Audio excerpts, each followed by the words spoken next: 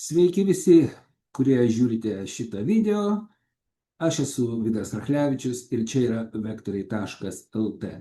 Na ką, sveiki atvykę į naują mūsų valstybės nuopolio ratą, į naują politinę, o gal ir kriminalinę dramą, kurią sukėlė skandalas susijęs su duomenų vagyste iš registrų centro.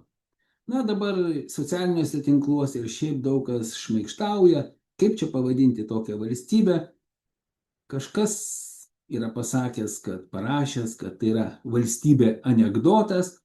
Na, turbūt kaip pavadinsim, taip nepagadinsim, nes dabar jau tinka visokiausios etiketės ir net pačios turbūt nemaloniausias. Man atrodo, kad tiksliausia būtų pavadinti žlungančią valstybę arba vadinamoji ta failed state. Tai aš jau nekartą esu apie tai kalbėjęs ir minėjęs konkrečiais pavyzdžiais. Pagrindės tai yra neįvykusi valstybė, tai yra tokia, kai vyriausybė praranda kontrolę, kai jinai nepajėgi užtikrinti visuomenės ir piliečių saugumo, kai jinai nebesugeba suteikti būtinų paslaugų. Bet tai nėra kažkas naujo, tai nėra būdinga šiai vyriausybei ar ankstesniai, ar tarkim anos Seimo kadencijos, pavyzdžiui, Šimonytės vyriausybei.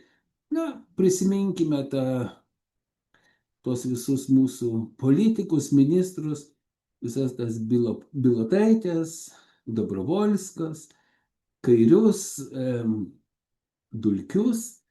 Ir svarbiausia, kai kalbame apie valstybę, būtina prisiminti jos kūrėjus, jos statytojus. Ne, tai nėra vasario 16 akto signatarai. Ne, tai nėra kovo 11 akto signatarai. Tai yra valstybės kūrėjai. Tai yra ponas Šurajevas, kuriam LRT kamerų ir prožektorių šviesoje šitą garbingą titulą suteikė Tarptautinių santykių ir politikos mokslų instituto vadovybė. Tai yra mūsų valstybės kūrėjas. Ir tuomet salėje sėdėjo pilna salė inteligentų, išsipuščiusių, pasipuošusių. Niekas nesušuko gėdą, niekas nešvilpė, niekas neatsistojo ir neišėjo. Visi tyliai ir nuolankiai klausėsi ir plojo.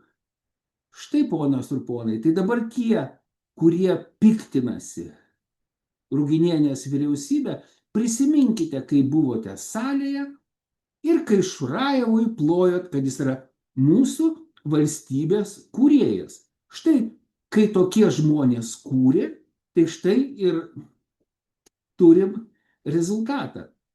Ir mes dabar matome, kad mūsų valstybė yra absoliučiai kiaura visom įmanomom prasmėm. Skraidė balionai, rėkėm, šaukėm, hibridinė ataka, išaiškėjo, kad tai yra saviškių darbas. Tada nutiesė kažkas kelią į poligoną. Tas kelias subirėjo po kelių savaičių. Tada vėl dabar naujas drono šitas farsas. Ir vėl mes matome tą tokią, kiaurą valstybę visom prasmėm. Tai dabar įdomiausia ir liūdniausia, kad dabar įsukus šitą visą karo isteriją, dabar labai lengva pasiteisinti. Dabar, kiek aš mačiau, tai pagrindinis kaltininkas yra kas? Rusijos žvalgyba. Viskas aišku ir paprasta. Ir dabar, kai ieškoma atsakomybės, kas galėtų atsakyti už tai ir taip toliau, Ruginienė irgi jau įvaldė šitą, žinote, retoriką ir dabar sako, kad mano atsistatydinimas būtų geriausia dovana mūsų priešams. tarytum priešas prie vartų, ir čia jau skraido strėlės, lankai, ietis, dega laužai ir dabar vadui reikia atsistatydinti. Viešpatie, iki ko mes nusivažiavom? Tai yra, na, kažkoks tai, nežinau, kažkoks, nu, tikrai yra kažkokia fantasmagorija, nu, neįmanoma šito nei girdėti, nei klausyti, nei suvokti. Bet grįžkime prie reikalo esmės. Dabar kalbama tradiciškai Lietuvoje apie viską, bet apie nieką. Kapanojimuose smulkmenom, ten ieškoma, kas kaltas, kas nekaltas, badoma pirštais. Bet grįžkime į 2024 metus. Seimo narys Dainius Gaižauskas kreipėsi viešai į Seimą, įvardindamas kibernetinio saugumo tragiškas spragas. Ir tuomet viešai kalbėjo anos sudėties Seimui apie galimas didžiulės pasekmes. Niekas nesureagavo. Tada buvo jo iniciatyva suorganizuotas Nacionalinio saugumo ir gynybos komiteto visiškai slaptas posėdis, kuriame buvo išdalinti segtuvai, kuriuos parengė profesionalūs kibernetinio saugumo ekspertai, kurie įvardijo visas kiaurymės, kurios yra valstybės sistemose. Tie segtuvai buvo išdalinti visų suinteresuotų ir specialiųjų institucijų vadovams. Kaip pasakoja to susitikimo dalyviai, tai buvo pilkų ir ištįsusių veidų šou. Kas atsitiko po to? Nieko. Absoliučiai nieko. Jokių rimtų priemonių nebuvo imtasi, niekas iš esmės nebuvo padaryta. Ir aš dar tik priminsiu, kad tai yra ne pirmas atvejis, jūs prisimenate, buvo smagi tokia istorija apie šito registrų centro, kaip serveriai paskendo vandenį. Atsimenat, štai kaip puikiai viskas buvo įrengta ir padaryta. Kaip mes, žinot, jaunystėje sovietmečiu turėjom tokį posakį Ruso darbas. Nu, kaip ten tas magnetofonas? Ai, Ruso darbas. O kaip ten ta mašina? Ai, Ruso darbas. Tai va, štai mūsų visas kibernetinis saugumas ir yra Ruso darbas. Atbulom rankom, kurios dygsta iš vienos vietos. 2024 metai. Visos tos grėsmės, tai, kas atsitiko dabar, buvo ir garsiai, ir slapta įvardyta tada. 2024 metais, jeigu mes kalbame apie atsakomybę, na tai visiškai bejėgė premjerė, čia nėra apie tai ką kalbėti, premjerė Ruginienė visą šitą situaciją paveldėjo iš ankstesnių vyriausybių. 2024 metais Lietuvos prezidentas buvo Gitanas Nausėda. Premjerė buvo Ingrida Šimonytė. Seimo pirmininkė buvo Čmilytė Nilsen. Štai kur yra atsakomybės taikiniai. Štai kas turi atsakyti už tai, kas įvyko šiandien, kas įvyko vakar. Ne Ruginienė, kuri yra beviltiška, kuri dabar tik tai gali reaguoti kažkaip į situaciją, bet štai priežastys buvo nulemtos jau tada. Ir dabar, kai aš girdžiu, kai Ingrida Šimonytė ar Kasčiūnas pirštais rodo į socialdemokratus, tai yra tiesiog nei sąžininga, nei padoru. Taigi, ponios ir ponai, prisiimkite atsakomybę. Ir ką mes matome šitoj situacijai, jeigu mes galėtumėm apibendrinti? Mes matome, kad mūsų politinė sistema yra supuvusi iki pašaknų ir iki absurdo.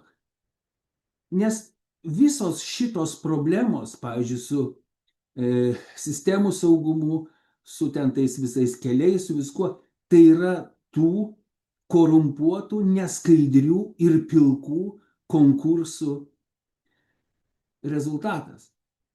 kai laimi ne tie, kurie gali ir sugeba, kuriems rūpi, o laimi tie, kurių reikia. Tie, kurie arti, tie, kurie turi įtaką, tie, kurie yra prisišlieję prie vienos ar kitos politinės partijos ir valdžios. Štai kur yra visų mūsų didžiųjų bėdų šaltinis. Visiškai skersai išilgai perpuvusi politinė sistema. Ir čia ne Ruginienė, čia ne ministras, čia ne kiti. Tai kol visa tai nepasikeis, mes ir toliau turėsime šitas situacijas. Ir nereikia turėti iliuzijų. Dabar išlindo vienas dalykas, paskui išlys kitas, dabar milijardai keliauja į šalies gynybos sistemas. Kas ten bus po kažkiek metų, aš irgi nežinau. Ar jūs, matydami visą tai, pasitikite vyriausybę, pasitikite prezidentu, pasitikite mūsų politiniam partijom, kurios aklai už viską balsuoja, kai nėra atsakymų į daugelį esminių su gynybos išlaidom susijusių klausimų. Ar jūs pasitikite? Aš, pavyzdžiui, nepasitikiu. Nežinau kaip jūs, bet tai yra labai rimta informacija pamąstymui. Pasitikėjimas valstybė žlunga mūsų akise ir kasdien. Ir tai yra politinės sistemos, kurią sudaro visos partijos supuvimo pasekmė. Ką mes galime padaryti? Turime suprasti, kad valstybė tai nėra politinės partijos. Bet tam, kad mes kažką padarytumėm, turime pakelti užpakalius nuo sofų ir kažką pradėti daryti. Nes kitaip šios valstybės laukia labai liūdna pabaiga.